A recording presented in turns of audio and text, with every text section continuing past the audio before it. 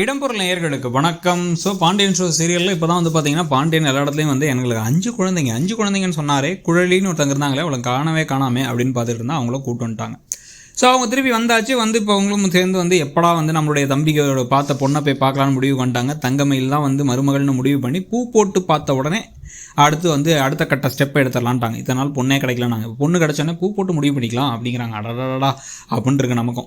சரி ஓகே அப்படின்னு இப்போ பூவெல்லாம் போட்டுட்டு இப்போ வந்து கடைசியில் வந்து அந்த பொண்ணு பார்க்குற ஃபங்க்ஷனுக்கு போய் அங்கே தான் உண்மைகள்லாம் ரிவீல் பண்ண போகிறாங்க. என்ன அப்படின்னா வந்து எங்களுடைய தம்பிகளுக்கு கல்யாணம் ஆகிடுச்சு அப்படிங்கிறத. செந்திலுக்கும் கல்யாணம் ஆகிடுச்சு, கதிருக்கும் கல்யாணம் ஆகிடுச்சு. இதனால் என்னென்ன கலாட்டாக்கள் இந்த கல்யாணம் நிச்சயமான இடத்துல வரப்போகுதுங்கிற கேள்வியும் இருக்குது. அவங்க வந்து இப்போ யோசிப்பாங்கள்ல, ஏன்னா வந்து இப்போ இதுக்கு இவங்களுக்குலாம் கல்யாணம் ஆகிடுச்சுங்க விஷயத்த சொல்லலையே. ஏன்னா வந்து அங்கே வந்து மேடையில் சும்மா பார்த்துட்டாச்சு, எல்லாம் ஓகே அப்படின்னாச்சு.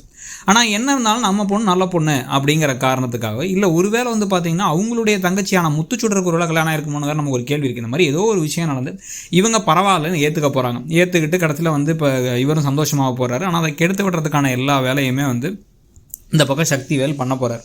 ஸோ சக்திவேலும் குமரவேலும் சேர்ந்து இவரோட கல்யாணம் நடக்கூடாதுன்ட்டு இல்லாதும் பொல்லாதுமா சொல்லி அதெல்லாம் கல்யாணத்தை கெடுத்துடலான்னு திங்க் பண்ணிகிட்டு இருக்கிற அந்த சமயத்தில் இப்போ நமக்கு என்ன ஒரு எதிர்பார்ப்பு, என்ன ஒரு விஷயம் நடக்கிறதுக்கான பாசிபிலிட்டி இருக்குது அப்படின்னு தோணுது. அப்படின்னா இப்போ கதிருக்கு ராஜி மேலே ஒரு பெருசாக அன்புங்கிறது இல்லாட்டியும் வெறுப்புன்றது கொஞ்சம் கொஞ்சமாக குறைஞ்சிட்டு வருது.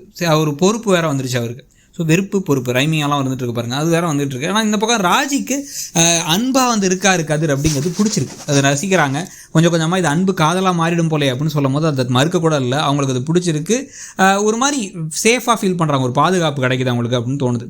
அதனால் இப்போ அவங்க ஒரே வானத்தை பார்த்து சிரிச்சுக்கிட்டே குதிச்சுக்கிட்டே கொஞ்சம் கொஞ்சமாக காதல் வந்துருச்சு அப்படிங்கிற மாதிரி ஒரு விஷயத்தை காமிச்சிட்டு இருக்கிற அந்த சமயத்தில் சக்திவேல் தான் தன்னுடைய அண்ணனோட கல்யாணத்தை கெடுக்க ட்ரை பண்ணுறாரு அப்படிங்கிறது மட்டும் தெரிஞ்சால் வந்து கடைசியில் வந்து கடுப்பாகி கதிர் கோவப்பட்டு எல்லாம் உன்னால தான், நீ ஓடி போனதுனால எங்கள் அம்மா வந்து உங்கள் அண்ணனுங்களை அவங்க அண்ணனுங்க பாவம்னு சொல்லிட்டு கல்யாணத்தை பண்ணி வச்சா எங்கள் அண்ணனோட வாழ்க்கையை கெடுக்க பார்க்குறீங்களா, என்ன நினச்சிட்டு இருக்கீங்க அவங்க மனசில் அப்படின்ட்டு நான் என்ன பண்ணேன்னு இவங்க கேட்டாலும் இவங்க மேலே கோவப்பட போகிறாங்க. இப்போ தான் கொஞ்சம் கொஞ்சம் முன்னேறி 2 பேர் நெருக்கமாகிட்டு இருந்த சமயத்தில் சக்திவேல் பண்ணுற காரியத்தால் கடைசியில் இவங்க 2 பேருக்குள்ள சண்டையாகி கதிருக்கும் ராஜிக்கும் இடையில் ஒரு குட்டி பிரிவு அழுக.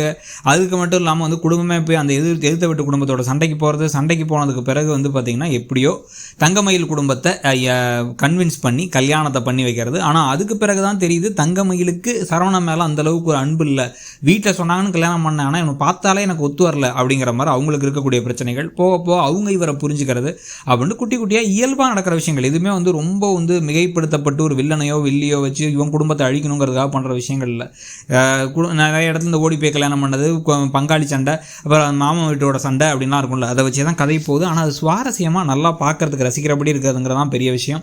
ஸோ கதிர் ராஜியுடைய அன்பு கொஞ்சம் கொஞ்சமாக மலர்றது நல்லா இருக்குது அப்படின்னு நினைக்கிறீங்களா? இப்போ இவங்க நடந்துக்கிற விதம்லாம் எப்படி இருக்குங்கிறத சொல்லுங்கள். தேங்க்யூ. இடம்பொருள் நேயர்களுக்கு வணக்கம்.